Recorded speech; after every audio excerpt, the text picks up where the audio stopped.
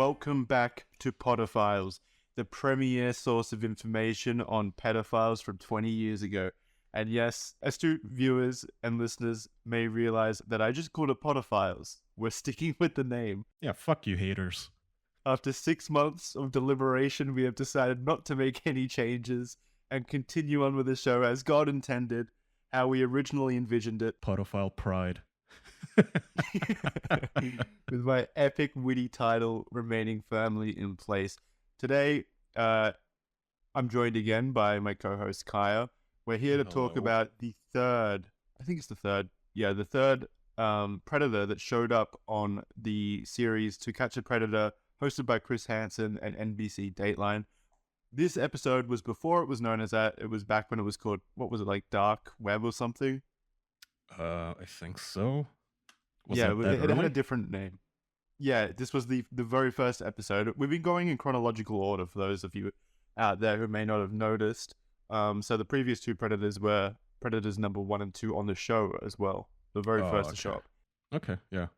I forgot about that. It's been so long. Yeah, I know. I'm rusty as well. I forgot what the entire point of this show was and how it was set up. We're back, and we've brought with us an extraordinarily interesting, that's to put it lightly, interesting Predator who showed up on the show by the name of DarkHero73, also known as his real life name, Matt Dooley.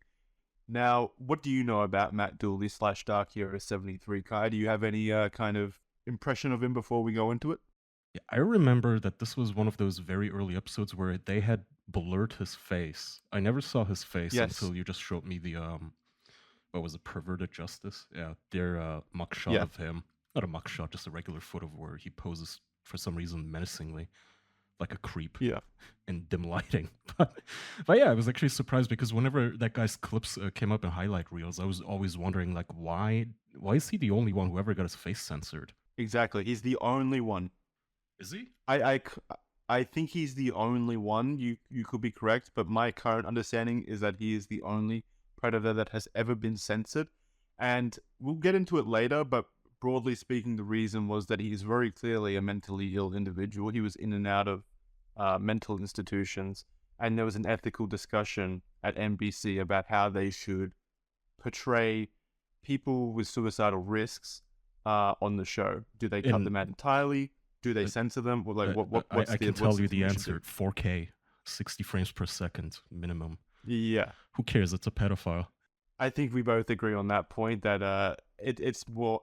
Chris Hansen agrees as well, by the way, that their names should be made public because it's a public health risk, essentially, to let these well, it is Predators... a public health risk. Also, spoiler alert, like, I don't know how many episodes of this fucking thing we're gonna do and when we're gonna get cancelled for calling ourselves pedophiles, but I can tell you who it will end on, and that's I think, district attorney that shot himself and got the show cancelled. That dickhead. And his, I don't know if you remember this, but around the time, like, his family actually showed up to council meetings to blame the TV show for, like, her brother's suicide. This dude who was chatting up a 13-year-old on the internet. It was so silly. It's incredible the length that the mind will go to, like, preserve, I don't know, like, innocence, I suppose, in people that you love. Like, you want to believe that they're not actually the person that law enforcement or the media are claiming they are. I assume. I've never gone through it myself, but I assume that's the case. So I don't necessarily blame the family because I think that I get that family ties are very, very strong, and it's a tricky situation. Yeah, in my eyes, they're just as much a victim as the actual children in those kinds of cases. Yeah, I don't blame, like, a mom for feeling a mother's love unconditional for her son or whatever, but you didn't have to fucking cancel the show over this dickhead. So roll him in a mass grave and keep filming. Yeah, I think... I can't remember the specific reason why the show was cancelled in regards to the district attorney that you just mentioned, but I'm sure we'll get there eventually, maybe in about 60 years once we work through the pedophiles that have showed up with our time framing. 2 episodes a year currently. But yeah, okay, so we're starting with DarkHero73 today. Matt Dooley. Just some immediate facts to get out there. This was part of the Beth Page investigation in New York. He's 30 years old at the time of offense, I suppose. So he'd probably be about 50 something now. The age of the decoy that he targeted was 13. And another fun fact is that he scored a sliminess rating of 4.43, which I would say... I forgot about the sliminess. Yeah, That is these are very... accurate. What the fuck is this? Like IMDb? 4.43? The sliminess rating, for those that don't know, come from the Perverted Justice website, where users would rate these chat logs. So it's a group aggregated score. 4.43, I would say, after having read his chat log and seeing the individual, that's quite low. I would put this pretty damn high in terms of the sliminess out of all of them. It is quite graphic. Yeah, I just took a glance. It's very pretty unstable. Bad. Yeah, it is pretty bad. And so, yeah, 4.43 is what the community has determined Matt Dooley to be sitting at. So to begin with, I believe that we'll go through this in chronological order, Kai. I think that's what we did the last few episodes. So we'll go through the chat log first before he showed up to the sting operation set up by NBC. So I've kind of grabbed a few excerpts, if you will, from the chat log that we'll go over and maybe do a line-by-line read to kind of get a feel for what Matt Dooley is like. Do you want to start with the introductions? Sure. Oh, did you want me to read all of them, or what? Are we doing it back and forth? I suppose it doesn't really matter, does it? As long as we convey the information. You could be Dark Hero if you want, if you're auditioning for the role. Okay. I forget how he sounds. I'll just do a normal. Hi, how are you this evening? Good, you? I'm great, thanks. I'm Matt, 30, from Queens. Are you really 13? This guy right out the gates doxes himself. Yep. What a fucking idiot. Yeah. I'm Matt, 30, from Queens. And then immediately, confirms that he knows that she's 13. All in one line. That's like the money shot for law enforcement. That's so easy. That's all you need. Then Big Apple Baby Beth, which is the user that he's currently talking to, the sting operator. She says yes, smiley face. Yeah, I bet she actually smiled in real life too when he was that dumb. Yeah. He says, so I guess I'm too old for you. And then she says, why would you say that? Because I am double your age and then some, lol. So what, lol? Don't matter. You like older men? I like men, not boys. Well, I am certainly a man. So there we go. This is how Dark Hero views himself.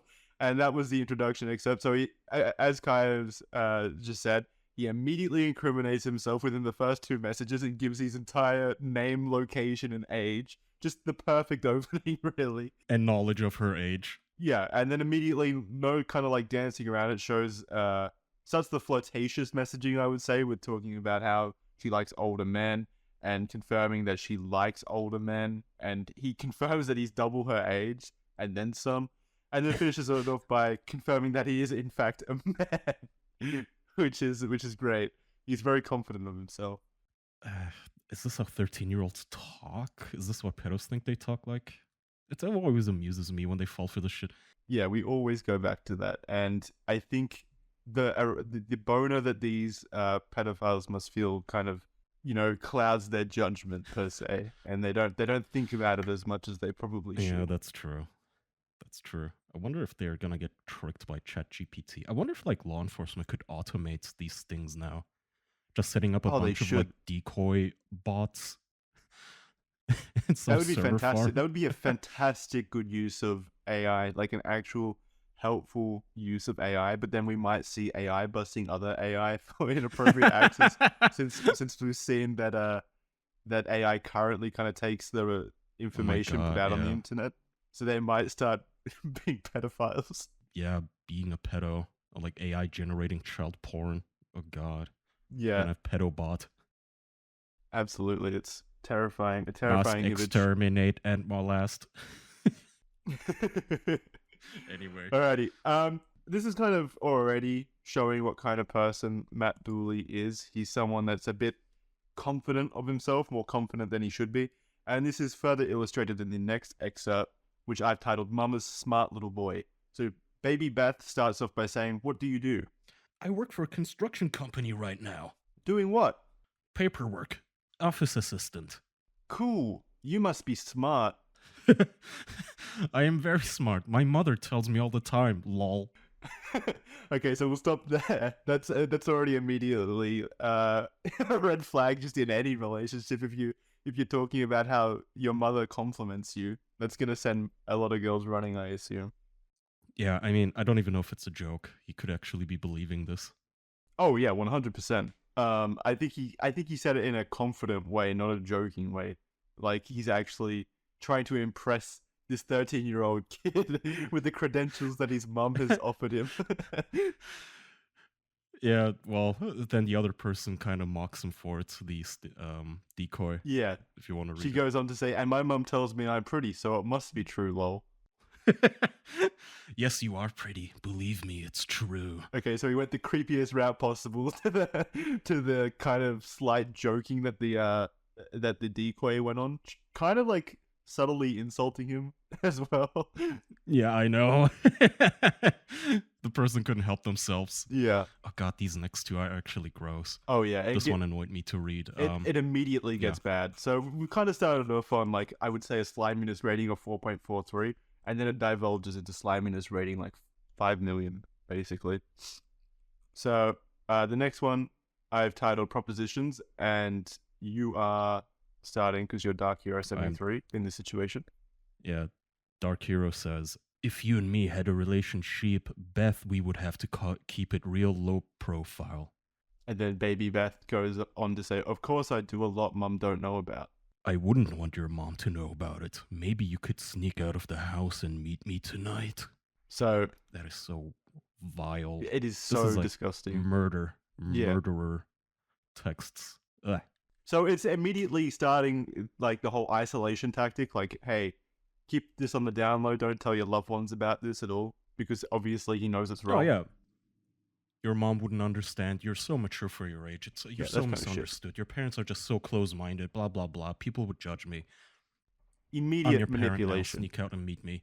Yeah. Yeah, this is so fucking creepy. Jesus Christ. See, but this is what we grew up with in the 2000s. So when I said on the show that I just assumed everyone I was chatting with wanted a piece of my ass, this is what I mean. Oh, yeah. You inoculated against this sort of shit. 100%. And if you're a kid listening to this episode of Podophiles for some reason, first of all, probably don't. Maybe don't.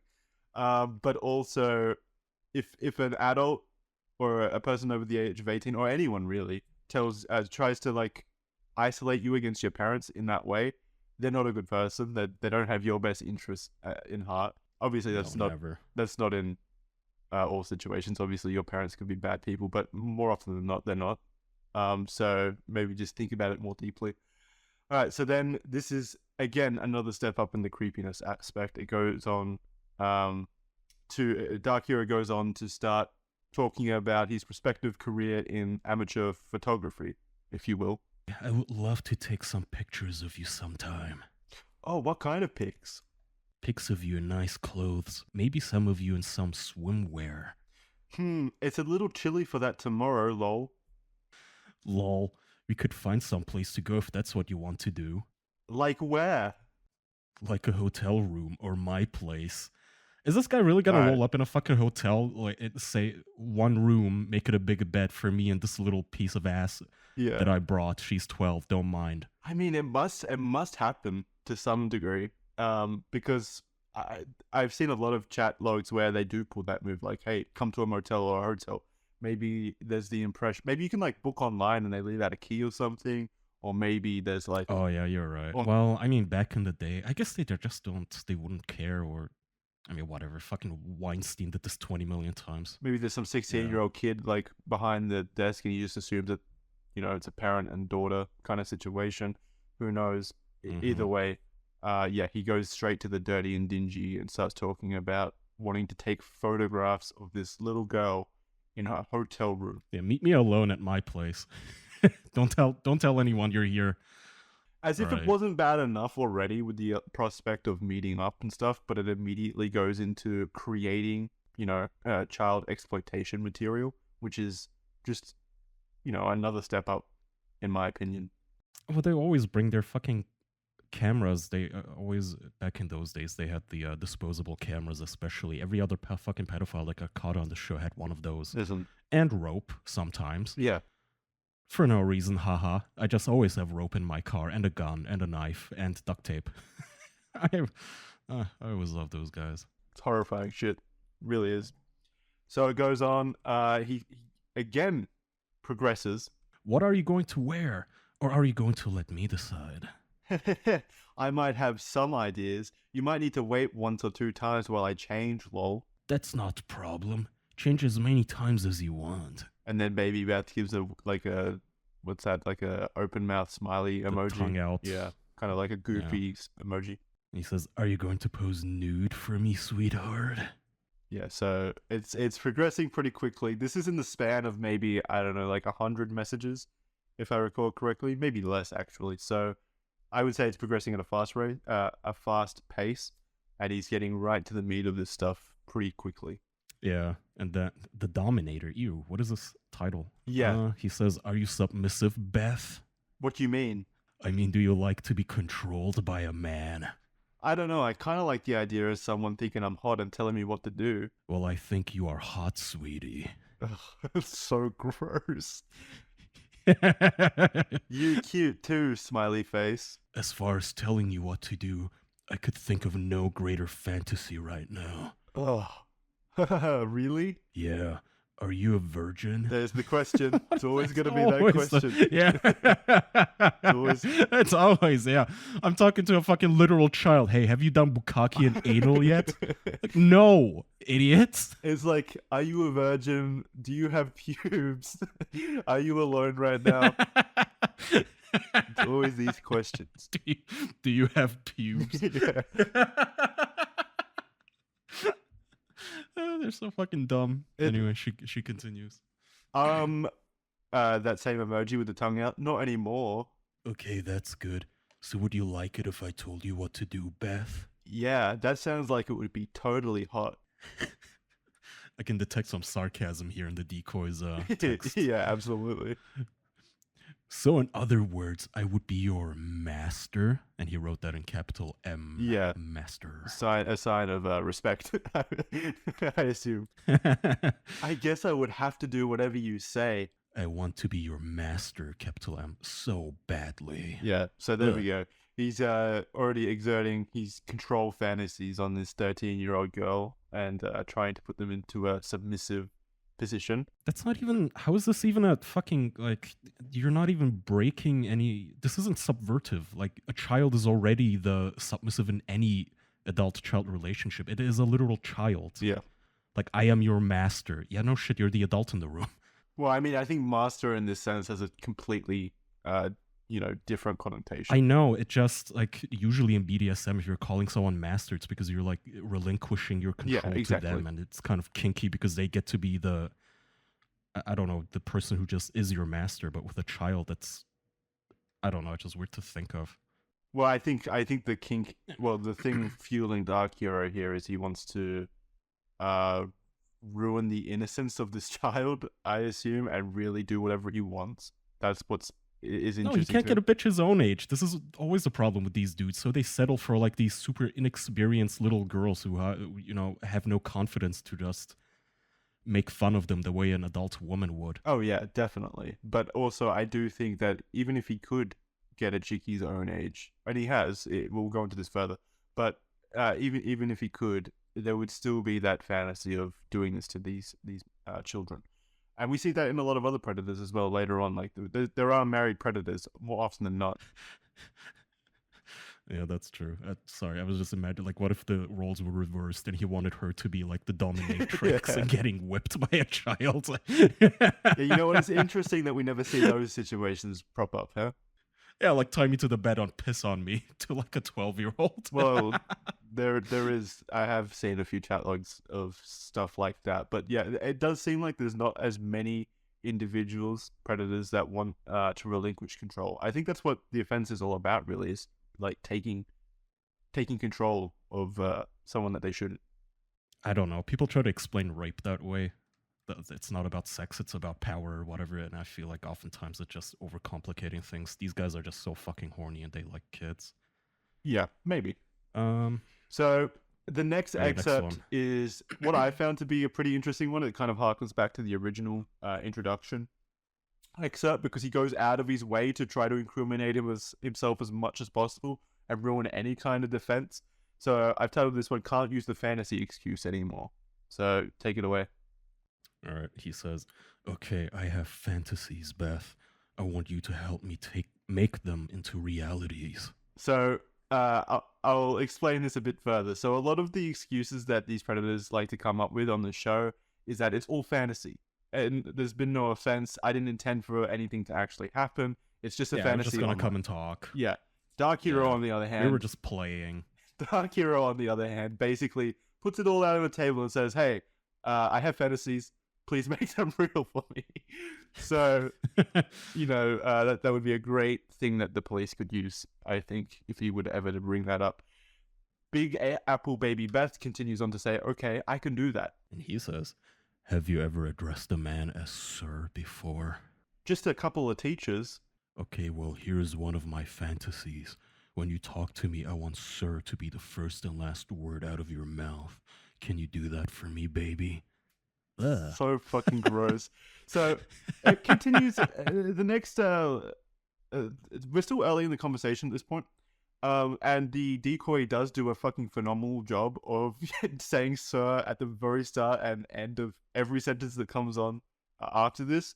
Obviously, to keep the predator, invested in the. Yeah, I like how he said we're still early in the conversation, but he's already like knee deep in his fantasies to molest this girl, and like lining up this whole game plan to meet her. Yep, it's all he sees. Dommy mommy. It's all he sees. All right, but she does slip up now and again, and I wanted to illustrate this with the next excerpt by showing what happens when the illusion is broken.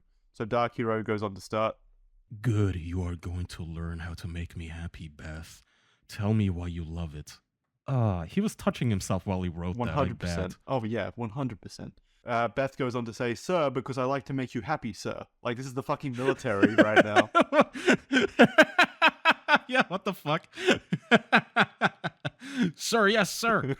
You'll make me very happy if sir is the first and last word out of your mouth on the phone.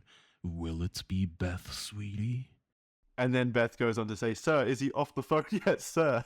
Because I should clarify, the reason DarkHero hasn't been able to call yet is because his roommate is using the phone. So that's what that's about. What a loser. Yeah, fucking pathetic. Not yet, damn it. "Sir, I'm sorry, I want to talk to you." But then she made the crucial mistake of not finishing the sentence with the "sir." And then she realizes her mistake and says, "Sir, oops, lol." And then DarkHero says, I hate it when you do that. She, by the way, I read the chat log and she hadn't done it at all before that point. So this was the first time that she screwed up. And then she said, "Sir, I'm sorry, sir." Don't do it again. "Sir, okay, sir. Sir, sorry to make you angry, sir."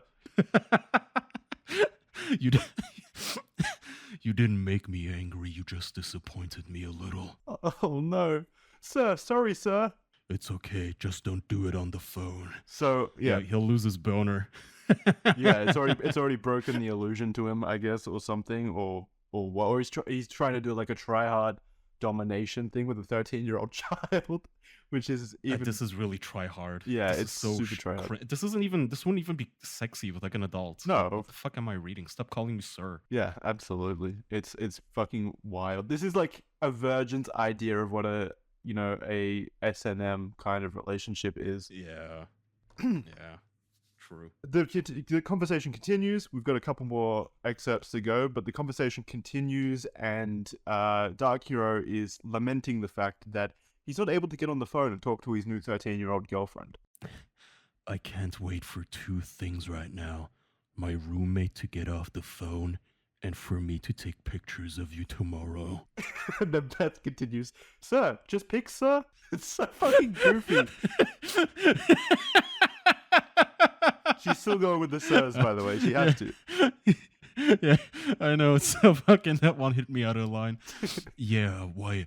Did you have anything else in mind? Sir, whatever you want, sir. What if I wanted sex? Sir, I do what you say, sir. Really? You will be my little fucktoy, Beth? So fucking bad. Oh my god. Sir, if you want, sir. We should have read this on the main show. This is awesome. I do want that, but I could get in trouble, you know. Sir, I'm sorry, sir. So I guess for now we'll just stick to pictures, okay? Bro, You it's can all get in legal. trouble for that too, dummy. Yeah, it's all Yeah, legal. that's not any better. So he's affirmed that he knows that he'll get into trouble. What I don't understand is just having this conversation is illegal. It's not just taking the pictures. It's not just the the sex or anything like that. It is the act of coercing a child to meet up with you in real life. What he's done has already crossed the line. You know? Yeah, the intention, I think, is already a crime. That's why the decoy doesn't even have to be real, according to those laws. Exactly. At least in some states. I don't know. Anyway, he continues to say, I'd like to make you my property for real. Sir, I'd like that, sir. You'd like to be my property? Sir, yes, sir. She actually did the so, yes, sir. Would you do everything I said? Sir, anything you said, sir. Why? Why would you give me such a wonderful gift? He's waxing poetic now. I'm imagining him on his hands and knees, like crying about how lucky and fortunate he is. Yeah, this doesn't sound dominant at all. Yeah, it sounds pitiful. Giving me a wonderful gift? What the fuck? Anyway. I'm such a lucky man. Your turn. Beth goes on to say, Sir, because I want to make you happy, sir. Why do you want to make me happy? Why not someone else? His insecurities are setting in. He's like, what the fuck? Has he already come? Why me? I don't deserve you. Yeah, maybe it's like post-nut clarity. Yeah. And then she goes on to say, Sir, because you're cute, sir. Sir, because you think I'm pretty, sir. Okay, those are good reasons. I think you're extremely pretty, sweetheart. All right, that's good. She made a convincing argument as to why she wants to make him happy. Yeah, that was easy. That's something I was thinking about earlier in this conversation. It's always interesting to see these conversations and how easy it is to lure these predators in and keep them invested. Like, just look at the words per message in comparison to each of them. Like, Beth is using very short sentences, doesn't particularly seem very interested, whereas Dark Hero is basically writing paragraphs. And it doesn't matter. It doesn't matter that they're basically not interacting back. It's just Yeah, I know.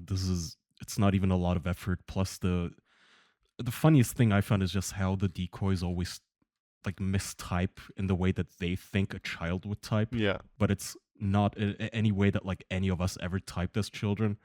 It just completely, it's a boomer's idea of how teens talk, I guess. Mm-hmm. It's cutesy, I guess. It's funny that they don't pick up on that.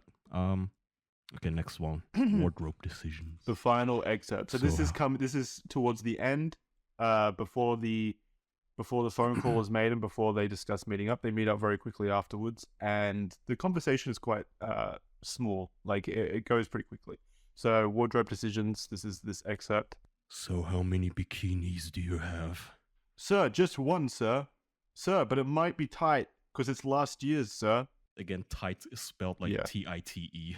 Clearly spelled wrong. That's okay.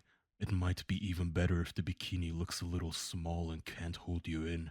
You know what I'm saying? Wait, you know what I'm saying is just such a weird sentence to write in this situation. But Big Apple Baby Beth replies saying, "Sir, yes, sir." And he goes, "How big is your chest, Beth?" Beth says, "There's something about I've noticed that incels like refer to tits as chest. Yeah, every time. I don't know what it is with them that they're like almost analytical. Yeah, because they're educated. They're smart people." Big Apple Baby Beth says, "Sir, I'm a big B, but getting bigger, sir." You look pretty big. Sir, thank you, sir. Maybe I'll get to suck on those tits tomorrow. Immediately gets rid of the chest. What happened to I might get in trouble? Yeah. True. Oh, speaking of chest, I just remembered, I don't know if you remember, but I have this like personal lolcow called Harden, who's also like an incel and woman hater. So one time he was in a video call with us and we are just kind of, making fun of him, but he can't really tell. And I would keep asking him stuff and talk to him and notice that he was completely zoned out. And I'd go, Harden, Harden? And he'd go, sorry, I was looking at Mariah's chest. Just completely proudly announce that he zoned out because he was looking at the girls. Oh my god, that's so gross. Oh man, that was pretty fucking funny. All right, so then afterwards, they make the phone call, and the chat, what do you call it? The chat transcripts has the note here about the phone call. It says someone placed the call, someone on their team placed the call.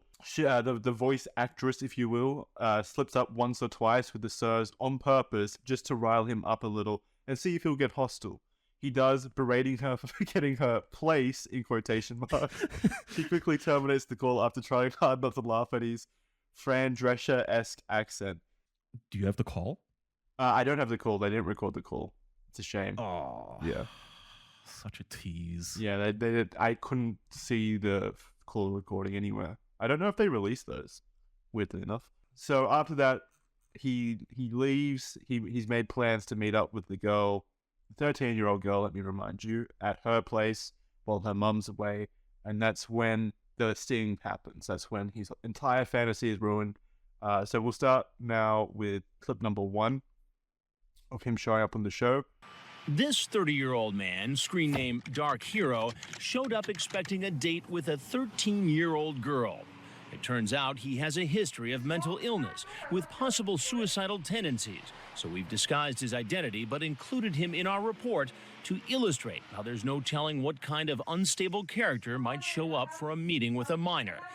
Just sit down at the counter. I want to finish getting dressed, okay? Sit down where? At the counter? Okay, where the light is? Yeah. Okay. But instead of meeting his fantasy girl, I walk in. You thought it was a good idea to come visit a 13-year-old girl for what reason? Just to hang out. Just a lonely guy, you know? I don't mean anybody any harm. Have you ever done this before? No. So he's just a lonely guy, all right? He's already so pathetic, by the way, in comparison to his macho, domination-esque attitude in the chat scripts. He's just. Well, I mean, what's he supposed to do? Be like, it's sir. Have you done this before, sir? Berates Chris for not calling him sir. No, it's just the first sentence out of his mouth is literally, "I'm a lonely guy." I'm so sad. Yeah, I wasn't planning on anything except taking photos. Yeah, it's just harmless stuff, Chris. Come on, harmless. I don't mean any harm.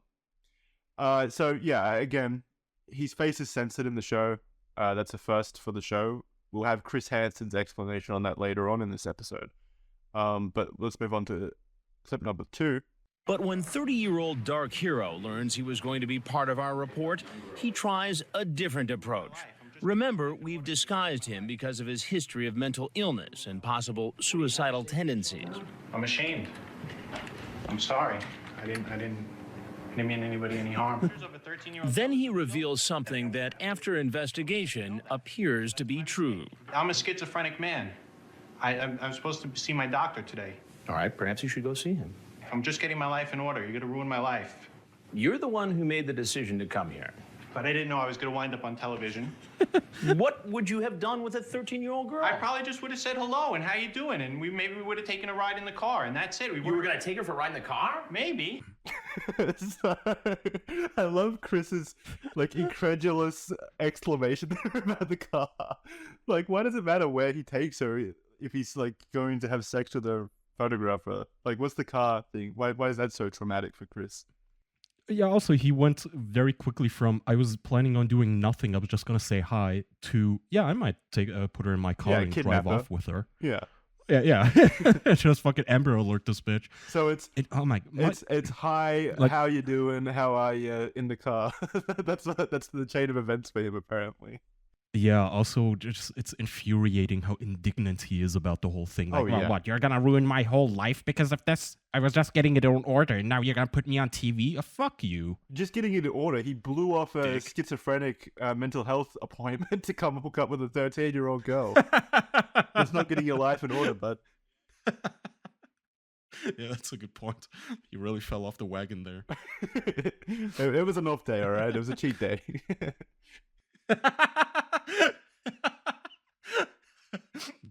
It's like calorie counting, but child counting. Alrighty, so here's clip number 3. Dark Hero gives some thoughts on Chris Hansen's show, basically, the To Catch a Predator show. I just got out of a mental institution a few months ago. I'm just a guy looking for a girlfriend. That's it.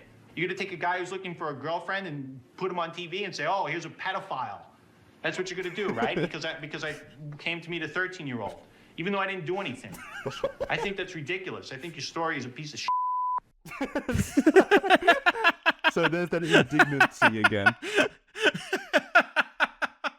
I love how that entire clip, Chris Hansen doesn't even have to say anything. He's just like looking at him with like a confused expression on his face. Like he's just going, "Well, you're just going to call me a pedophile just because I want to come here and have sex with a 13-year-old girl, huh?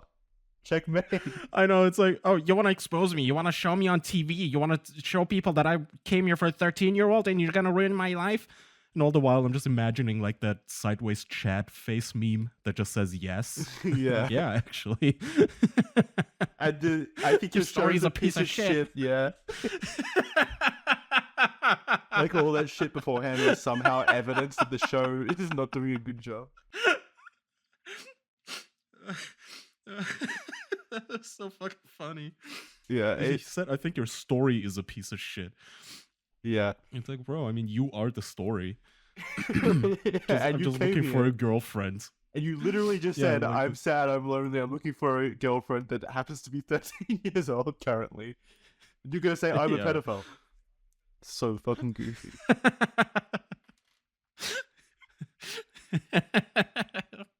Alrighty. Damn, I wish I did that fucking voice while reading these chat logs. Oh yeah, his voice Should have is watched the clips first. his voice is both grating and hilarious at the same time. It's kind of like exactly what I know, imagined. it's so funny. It's not the worst voice on the show, by the way. There are some predators with just the most amazing voices Oh, I ever. remember one that had like a Mickey Mouse. Yeah, that's the goofy one I was voice. thinking as well. Yeah, the Mickey Mouse Predator. We'll get to him eventually down the line. So this next clip, final clip from the show, because these were very short segments back in the day. They didn't interview them quite a lot of detail in the Beth Page investigation. So he's going to talk about his previous history of abuse and mental illness here. It turns out Dark Hero has a long history of mental illness, and he has a history with law enforcement. In fact, his former girlfriend was granted an order of protection against him, an order which he violated. He later pleaded guilty to second-degree harassment and criminal contempt. Yet here he is, able to chat online, make a date, and show up for a possible sexual encounter with a 13-year-old. So it's a good point there. This is a guy, I would say a dangerous guy. He's legally in trouble for previous harassment and abuse towards his former partner, girlfriend. So he's a dangerous guy, and somehow he's in a mental institution, in and out of them previously, and somehow he's still able to strike up a conversation online, unmonitored. That's just how easy it was back then. Yeah, it also seems to think that's some sort of an excuse, like I'm schizophrenic. Yeah. Well, okay, if anything, that means you should not be let off the hook at all. If anything, that means we need to get you off the streets even faster. Like, we can't be having schizo pedos running around Yeah, that's a dangerous the fucking combination. neighborhood. Yeah, and just a creepy way in the clip he walks towards Chris Hansen, like, Yeah. domineeringly, almost like he's about to punch him in the face, but then Completely he backs off unhinged. and walks out of the home. Yeah, he's definitely probably one of the most unhinged predators that's ever appeared on the show. Maybe not the most unhinged, but definitely one of the most God, unhinged. I swear, the things, like, the money I would pay for an unredacted clip or a video recording of him just talking to Chris Hansen for an hour. Oh, And just explaining himself in that stupid voice. That would be man, so you good. are in luck. This next segment that we're going to go into is a special one because there was a TCAP, To Catch a Predator community member, who hosted a 30-minute long interview with this figure, this DarkHero73, and I've recorded You some of gotta the send me a link choice. to that later. I've got some of the choice clips right here that we can go into right now to see what his rationalization of the events were and how he perceives it and how he perceives himself to be attacked and unjustly, accused of a crime that he didn't commit. Straight up, before we play any of these, they are very clearly the unhinged ramblings of a schizophrenic individual. This is the kind of stuff that you would hear like on a bus as some homeless person is rambling in the corner, you know, that kind of thing. 100% it is. Beautiful. So we're going to start with this. First clip, I believe, is giving an explanation, a kind of introduction to the interview itself. So we're here with Matt. Matt was caught up in the dangerous web sting, and it was kind of unfair because Matt was targeted by Dateline and other forces, and he has some things he wants to get off his chest. Thank you, Joey. You're welcome. And I would agree with you 100% that I was indeed targeted by the program NBC Dateline. And I don't know specifically the cause. However, I do know that it was, of course, in New York City 3 years after September the 11th, 2001. And the president at that time, George W. Bush, was running or preparing to run for re-election. So immediately, This is immediately to the I didn't know. conspiracies. This is a conspiracy that reaches the upper echelons Yeah. of power. Yeah. I didn't know the Illuminati was out to get him. No, George W. Bush saw all this and he wanted Matt Dooley behind bars because his entire re-election campaign hinged on Matt Dooley being behind bars. You know, when the Jewish lizard people who did 9/11, of course, pulled George Bush into their smoke-filled chamber, they told him, Matt has got to go. He's the only thing standing in our way to world domination. Exactly. All right, so this next clip is an explanation of why he was targeted, because immediately we have questions, right? Like, why would the government target you, Matt? Why does George Bush want you behind bars? And boy, does he have some answers for you.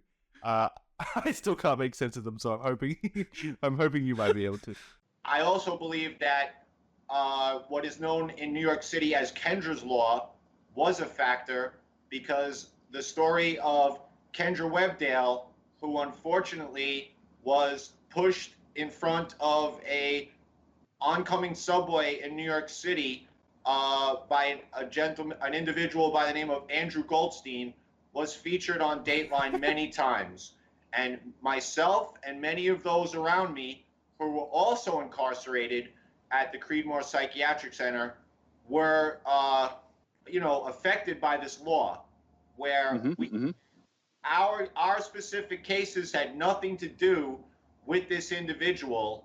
However, because the assisted outpatient treatment law was created due to the actions of Mr. Goldstein, we were persecuted by that law.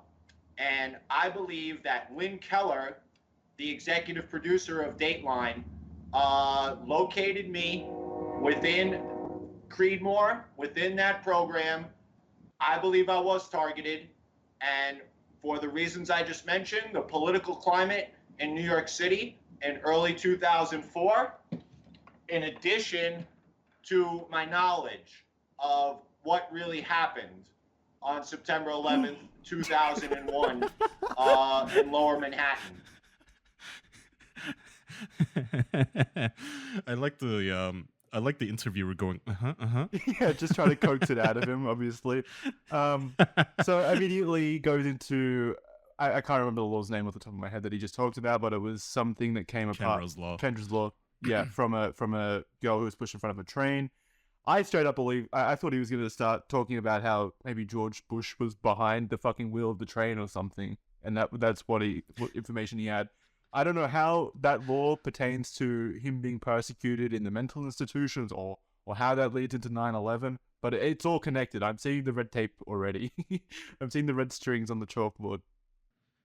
Yeah, was it like a secret order by the president to, decoy, go and pretend to be 13? That's how we're gonna get him. Yeah. I mean, even if you were targeted, you kind of deserve it for that one. Again, yeah, absolutely, 100%. He straight up, it doesn't matter if they intended him to be caught. He put himself in a position where he was flirting with a 13-year-old. Again, he says it. Don't fucking do it. It's that easy. I'm a fucking. Initial message. I'll tell you what. I'm a 9/11 conspiracist too, but this is not how you would ever get me. All right, so we've discussed the motives or the explanations of why he was targeted by maybe the U.S. government or maybe the producer at NBC. The But what was Illuminati. or the Illuminati or whatever. But what was Chris Hansen's motive? Well, Matt Dooley has some insight into that, so we're going to play that now. In the summer of 1994, I had opened an account with the online brokerage E-Trade. I was one of the first customers of E-Trade, which is now a household name, I believe. And at the time, there was only one other online broker in existence. So I think what Mr. Hansen did with his program to catch a predator was utilize it in a way to deter people from looking at the stock market, NASDAQ level 2, the New York Stock Exchange. I don't know how he makes these connections. That is amazing. Now we're like on a, you know how governments and like the media will sometimes actually give you a distraction so you don't focus on like, you know, chemical trains derailing in Ohio or whatever. He thinks this is what happened to him. Like he was used as the fall guy, so to I guess misdirect people away from NASDAQ for some fucking reason. Yeah, so for some reason, Chris Hansen went after him because he was an online trader. He was circumventing the NASDAQ. I assume that's what he meant. Yeah, was he affecting like Fortune 500 companies? What the fuck effect would his trading have on NASDAQ? Well, he was one of the first, you see. He was one of 2 online brokers, I think. He just said. Oh, is that how that works? Yeah. Okay, I see. Apparently he invented the technology. The earlier you are, the more your money is worth. Yeah, I don't know. It is actually insane rambling. It is insane rambling, and Matt won't have any of it. He's not a fan of how he was persecuted, so let's hear from him. Do you think maybe that's his like trick? He's acting like an insane retard on purpose to like show people, hey, I'm insane. You can't blame me for what I've done. I mean, it's a possibility, but no, it genuinely seems like he is 100% certifiably Yeah, I also want it to be schizophrenic. true because that's funnier. I mean, he straight up has been through the mental health systems. This would be a long play just for that, I think. So yeah, let's listen to what he has to say about how he was persecuted. They have their political beliefs and their convictions in those people's minds. So if somebody comes along with different ideas that don't agree with their ideas, their political ideologies, it's not that you think what you do, it's that you don't think what they think. So that's what they target. It's very similar to totalitarian countries such as Nazi Germany. So we've hit this is just like Oh my Nazi God. Germany. Jesus, this is like the prototype to the like cancel culture blather. Like Yeah. they're trying to shut me down because I speak the truth and only I speak the truth. Okay, whatever. Is what he just said boiling down to they wanted to arrest me because they didn't agree with me fucking a child? I was such a free thinker. Because my ideas are just too dangerous and radical. I mean, yeah, I guess. they didn't think the same way I did. They didn't like the 13-year-old girls the same way I did. So they're basically like Nazi I mean, Germany. also the fact that you showed up to actually do it. There's also that, not just your ideas, but sure, go off. Okay, we're going to play a few more clips from this interview. This one is specifically about Chris Hansen. I think Chris Hansen is full of you-know-what. And he's taken this and run with it as long as he can. And honestly, I was taking a second look at that Murphy, Texas episode just the other night. I think Chris Hansen has bounced more than just checks to pay for mugs and T-shirts and whatever he got arrested for in Connecticut. He bounced chat transcripts on the general public with that program. And the man is a fraud. All right, so he's treating it like it's a fucking wrestling match introduction, like he's trying to start drama with Chris Hansen there. He's talking about Chris Hansen's admittedly kind of shady past few years. Because this interview happened 15 years after the show aired, by the way. I forgot to mention that, but it did. 15 years after. Oh. So, yeah, Chris Hansen not in the best position currently, so he's throwing shade at him for that and saying he's not the most trustworthy of individuals. But then he ties that into saying that the chat logs were, I guess, fabricated and pushed onto the US population by Chris Hansen. So, I see. He was framed. He was framed for his role with Better Trader, whatever fucking website he named. And Kendra's Law. I bet that bitch Kendra was in on it too. She jumped in front of that train just to get him. Yeah. All right. So we've talked about how he's being pursued like it's Nazi Germany.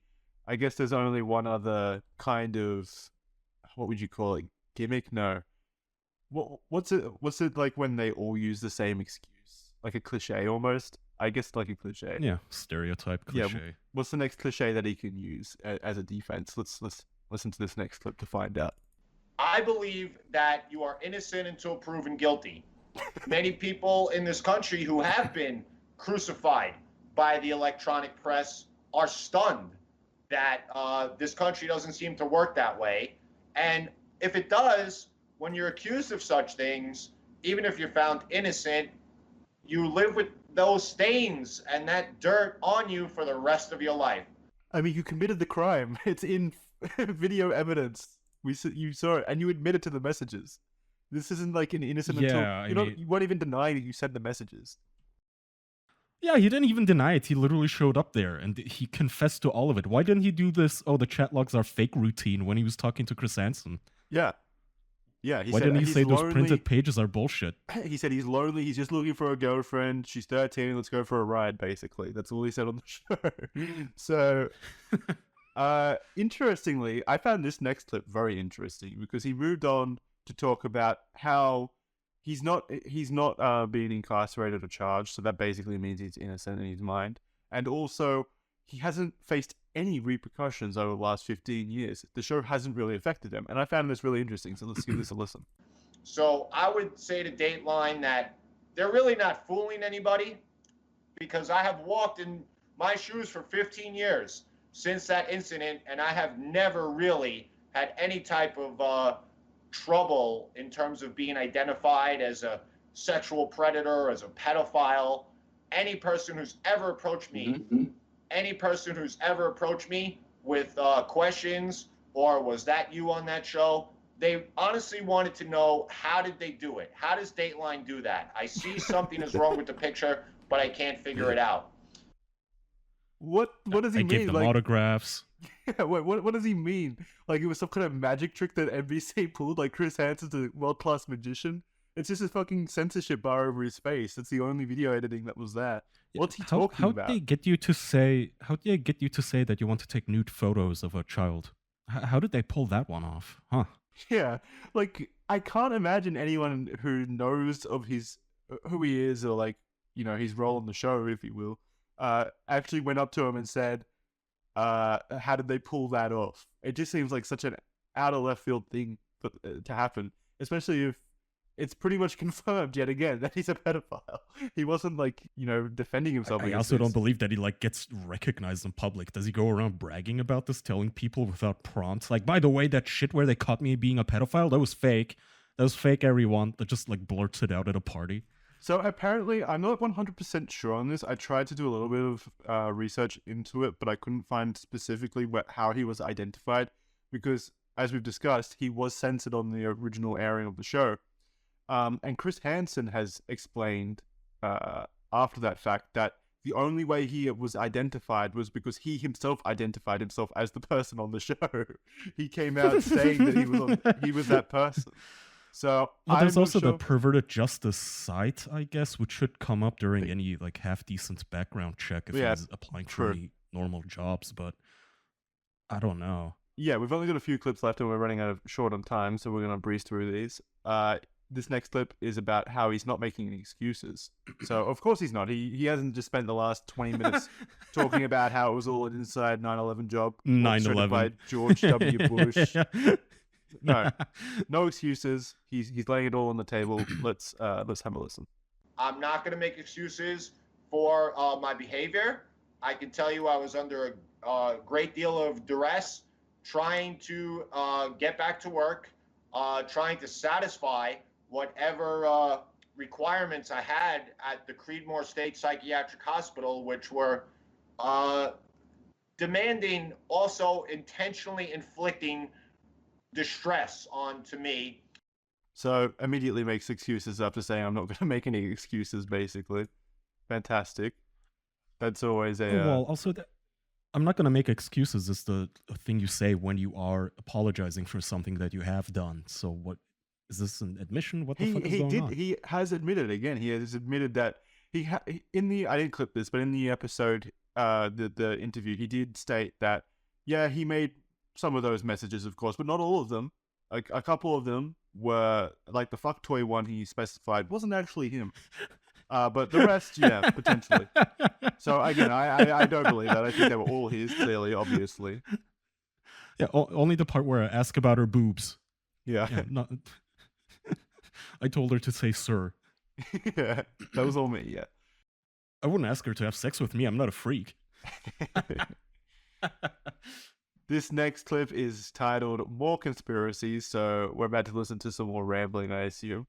Let me also say that there are lines in the transcript that are not mine.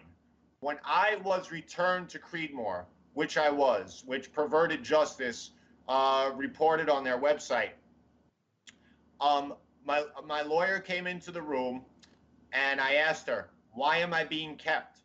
And she said, because you asked the girl to be your F toy. And I said to my lawyer, no, I didn't. I never said that. And she kind of threw her hands up and, you know, I think she said, you know, I don't know if she said, yes, you did, but she kind of, you know, threw her hands up. Like I said, like she was kind of powerless too. And let me say, I grew up in Fresh Meadows, Queens, New York, which was owned and developed by the Helmsley Spear Corporation. Harry Helmsley also owned the Empire State Building. We never were allowed to have pets. I don't know what the fuck that meant at the end or how it tied into him not having said those messages, but I wanted to include it because it's another one of those conspiracy theories that just showed up. It sounds like an early chat bot now, just randomly generating tokens. What the fuck? Yeah, it was wild. I also like him being mad at his attorney. Like, yes, that's how they treat almost all of their clients because all of their clients are usually shitbags who just deny the crime they did. Yeah, he's powerless because you're still pretending that you didn't do the crime or you didn't say certain messages. Why did you rape this person? No, I did not. It's like, well, it's your attorney. You're supposed to be honest with her, idiot. Yeah. All right, this final clip is, I'm going to be honest, I don't remember what this clip is, so we're just going to play it. There's other lines in there that I did say, and it's comical to me that upon my first admission at Creedmoor, in the state of mind that I was in, that a social worker by the name of Rosemary Warshaw had told me that I had just joined the Marines. Okay, yeah, so I don't know what that meant. It's like he's having 6 different conversations at the same time, which I suppose is further, evidence that he is actually a schizophrenic man. I have no doubt. That he's actually extremely mentally ill. Again, sounds like it. I don't know if we've talked about this yet in the show, but that's no excuse to obviously be a pedophile, and I 100% think that he absolutely should have been identified to the public in the broadcast. I think it's a downright shame. Maybe it should be a crime, honestly, that he was like censored. He was a public risk, very clearly. He went to meet a 13-year-old girl. He's unstable. Obviously, whatever he's going through in the health field, all of these appointments and stuff, they're not working. Something needs to change because he's going to meet up 13-year-old girls and photograph them. It's not working. Yeah, I mean, I concur. It's not an excuse. If anything, it's more of a reason to keep you on some sort of a sex offender registry and lock you up. Yeah, keep an eye. Sorry, I get distracted because I'm looking at some of these pedophile screen names on the side, and one of them is SpongeBob Giant Dick, and another one is Ass Finder. Classic Ass Finder. Sounds like an app. All right. SpongeBob giant. The last clip I pulled. This is an explanation from Chris Hansen on why they censored it. I thought this might be particularly interesting, whatever, just to hear from him as to why they chose to censor him. But as we started to work towards actually putting this on the air and coming to terms with what we had, there was a big ethical discussion about Matt Dooley and do we use his identity at the time. And he was making noises to his lawyer and to his family and to anybody who would listen that he might harm himself because this was going to ruin his life. My argument was that he should be identified, and ultimately he was. He identified himself, really, and I'll get to that in a minute. People needed to know who he was, why he was dangerous.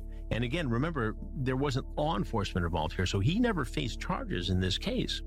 The debate went on for weeks and months, and ultimately, in that very first episode, we just used his screen name, Dark Hero, and we blurred his face, and the story aired. Okay, so that basically sums it up, right? There were ethical concerns about him potentially committing suicide, which is a strange thing because that was never afforded to any of the other predators on the show. I'm sure most of them felt suicidal after having been caught, right? But it was just this Matt Dooley that was given that privilege of being censored. Yeah, that's a good point. So if you were like any of the other pedophiles, you gotta be feeling pretty envious and mad about this. Like, what the fuck? Yeah, you mean I could have just I could have just pretended to have been suicidal, or not even pretended. Like, I think most people in that case would have been suicidal. So yeah, that's an interesting excerpt from Chris Hansen, and it seems like he 100% agrees with us. So the it must have come from up top at NBC or something. Maybe George W. Bush felt bad for how it went with Matt Dooley and wanted to offer a. They wanted to suppress the information. Yeah, maybe he felt bad and wanted to fix it up for him. But who knows? All right, so that's going to end this episode of digging into the life of DarkHero73. As Chris Hansen said, he never faced charges. He's still out there apparently doing YouTube interviews with people in the TCAP community. So that's interesting. There will be links in this show description on where to find stuff like the chat log, as well as a photo of him, as well as the interview itself, which was done by a guy named Joey TCAP. Yeah, other than that, do you have any final thoughts on Mr. DarkHero73? Sir, no, sir. Good answer. That was great. Excellent legwork today. Very, very cool episode. I didn't expect us to go this long. Yeah, there was a lot here. One of the most prolific predators on the show, I would say, definitely, because he's the only one that was censored, obviously. But yeah, I definitely think that he was like one of the worst. I think he was one of the most dangerous and one of the most just. It was disturbing at how he didn't see anything wrong with what he did. You know, he was very argumentative about it. And he's funny. very cocksure. Yeah, and very funny. Yeah. All right, so that's going to do it for this week's episode of Podophiles. We'll see you again in 6 months' time. Hope you enjoyed this episode. Let us know your thoughts below. All right, thanks, guys. Stay podophiling. Nice. Podophiles out.